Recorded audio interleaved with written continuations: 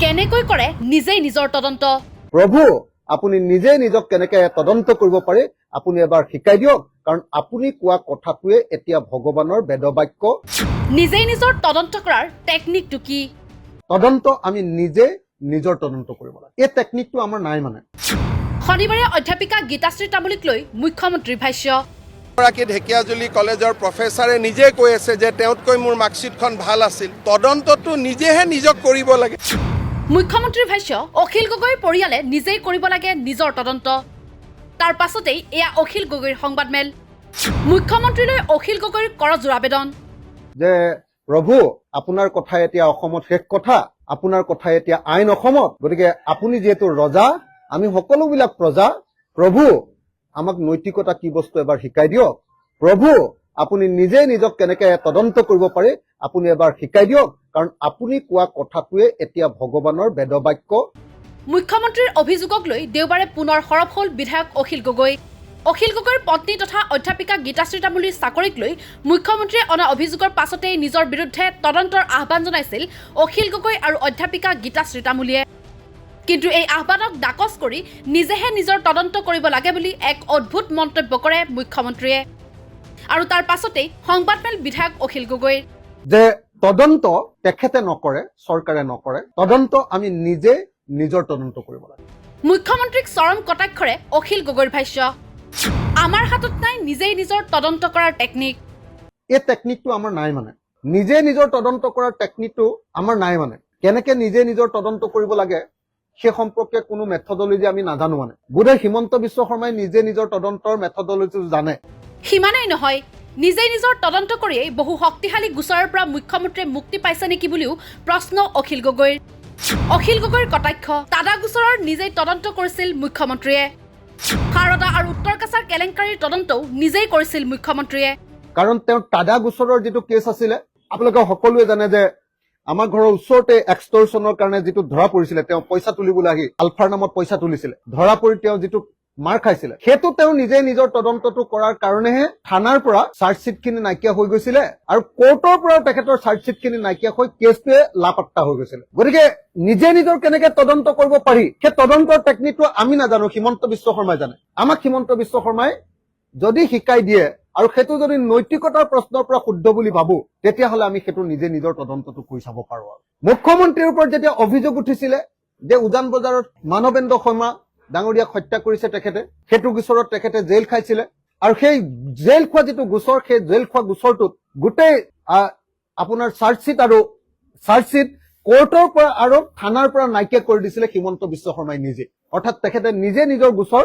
তদন্ত কৰি গোচৰৰ কাগজ পত্ৰবিলাককে তেওঁ নাইকিয়া কৰি দিছিল এতিয়া তেনেকুৱা ধৰণৰ কিবা যদি নৈতিকভাৱে এনেকুৱা ধৰণৰ খুব সবল কিবা যদি পদ্ধতি তেখেতে আমাক দেখুৱাই দিব পাৰে তেতিয়াহ'লে আমি তেনেকুৱা তদন্তটো কৰি চাব পাৰো নিজে নিজৰ তদন্ত আৰু এটা নিজে নিজৰ তদন্ত তেখেতক কৰা দেখিছো সেইটো হ'ল তেখেতে কি কয় এইটো এই চিট ফাণ্ডটো সাৰদা কেলেংকাৰী তেখেতৰ নামটো ওলোৱাৰ পাছত তেখেতে ৰাজসাক্ষী হৈ গ'ল জানেনে ৰাজসাক্ষী মানে কি বস্তু এইটো বৰ ভয়ংকৰ বস্তু ৰাজসাক্ষী মানে হয় মই এই কেলেংকাৰীটোত জড়িত হয় মই জানো মোক আপোনালোকে জেলত নিদিব মই কথাবিলাক কৈ দিম চব কথাবিলাক ইফালে অধ্যাপিকা গীতাশ্ৰী তামুলীৰ নিযুক্তিৰ স্বচ্ছতাক লৈও অখিল গগৈৰ বক্তব্য নিযুক্তি প্ৰক্ৰিয়াৰ ইণ্টাৰভিউ বৰ্ডত আছিল 4 সন্মানীয় ব্যক্তি তেওঁলোক ক্ৰমে তাবুৰাম তাইত বিশেশ্বৰ হাজৰিকা ডক্টৰ গোলকেশ্বৰ গোস্বামী আৰু লীলাৱতী বৰা শইকীয়া এই 4 শিক্ষাবিদৰ বাছনিতহে গীতাশ্ৰী তামুলীয়ে নিযুক্তি লাভ কৰা বুলি দাবী অখিল গগৈৰ এজন হ'ল তাবুৰাম তাইত ডাঙৰীয়া তেখেত বি বৰুৱা কলেজৰ তেতিয়া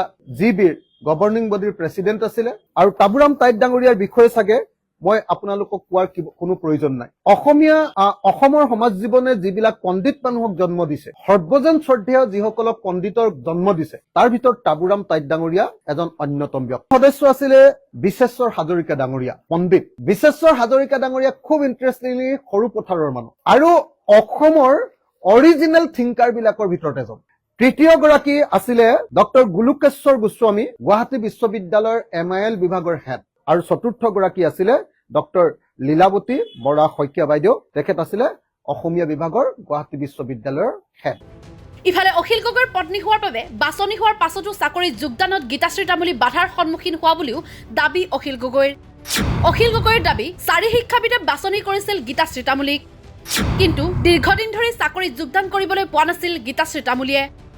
শিক্ষাবিদৰ বোৰ্ডে গীতাশ্ৰী তামুলীক নিযুক্তি দিছিলে। 3 দিন ধৰি বহুত ইণ্টাৰভিউ দিবলৈ বহুত মানুহ আহিছিলে।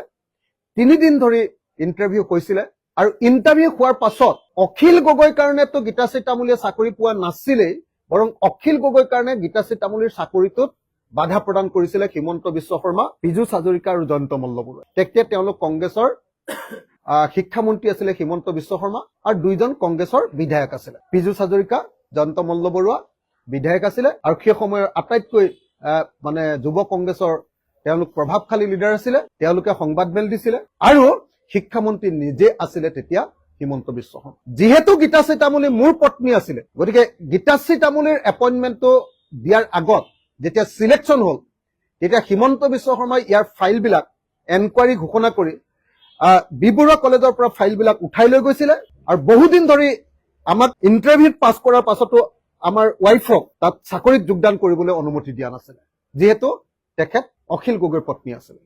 গীতাশ্ৰী তামুলীৰ নিযুক্তিৰ প্ৰসংগৰ সমান্তৰালভাৱে বিধায়কগৰাকীৰ চানমাৰীস্থিত বাসগৃহ সন্দৰ্ভত মুখ্যমন্ত্ৰীয়ে অনা অভিযোগক লৈ সৰব অখিল গগৈ। হাৱাই চেণ্ডেল পিন্ধি আন্দোলন কৰা বিধায়কে চানমাৰীত কেনেকৈ ঘৰ কিনিলে বুলি বিধানসভাত প্ৰশ্ন তুলিছিল মুখ্যমন্ত্ৰীয়ে। তাৰ এই প্ৰত্যুত্তৰত অখিল গগৈৰ প্ৰতিক্ৰিয়া। বেংকৰ পৰা ঋণ লৈ গীতাশ্ৰী তামুলীয়ে কিনিছিল এই বাসগৃহ। আমাৰ চানমাৰীস্থিত ঘৰক লৈও আহ্বান কৰিছো তদন্তৰ, কিন্তু তদন্ত কৰিবলৈ অপাৰগ মুখ্যমন্ত্ৰী।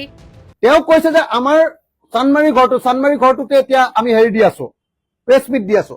সকলো সাংবাদিকে গোটেই ঘৰটো এবাৰ চাই লৈ এটা ভিডিঅ' ৰেকৰ্ডিং কৰি অসমৰ মানুহক দেখুৱাই দিয়ক যে এই ঘৰটোতো এগৰাকী কলেজৰ টিচাৰে কিনিব পৰা ঘৰ হয় নে নহয়। ওচৰতে মালিক আছে, মালিকৰ পৰা সুধি লওক আৰু তদন্ত এটা কৰি লওক।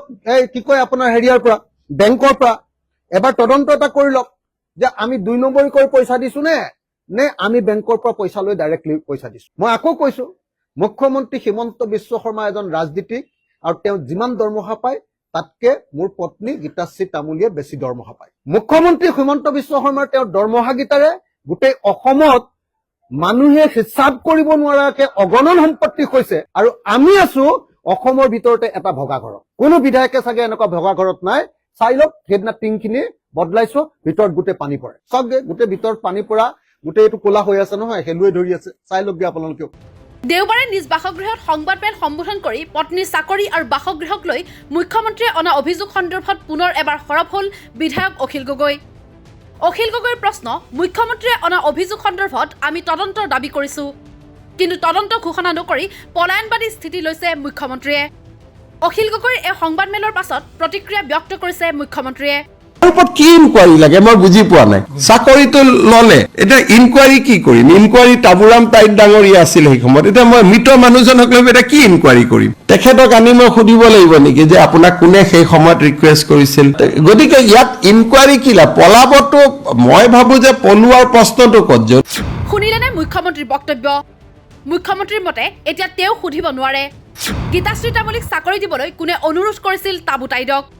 চাকৰিটো ললে এতিয়া ইনকুৱাৰী কি কৰিম? ইনকুৱাৰী তাবুৰাম টাইট ডাঙৰীয়া আছিল সেই সময়ত। এতিয়া মই মৃত মানুহজনক লৈ এতিয়া কি ইনকুৱাৰী কৰিম? তেখেতক আনি মই সুধিব লাগিব নেকি যে আপোনাক কোনে সেই সময়ত ৰিকুৱেষ্ট কৰিছিল? এয়া জানো সন্মানীয় প্ৰয়াত শিক্ষাবিদগৰাকীৰ প্ৰতিও অপমান নহয়নে? নিউজ ডেস্ক ৰিপৰ্ট, দি ক্ৰছ কাৰেণ্ট।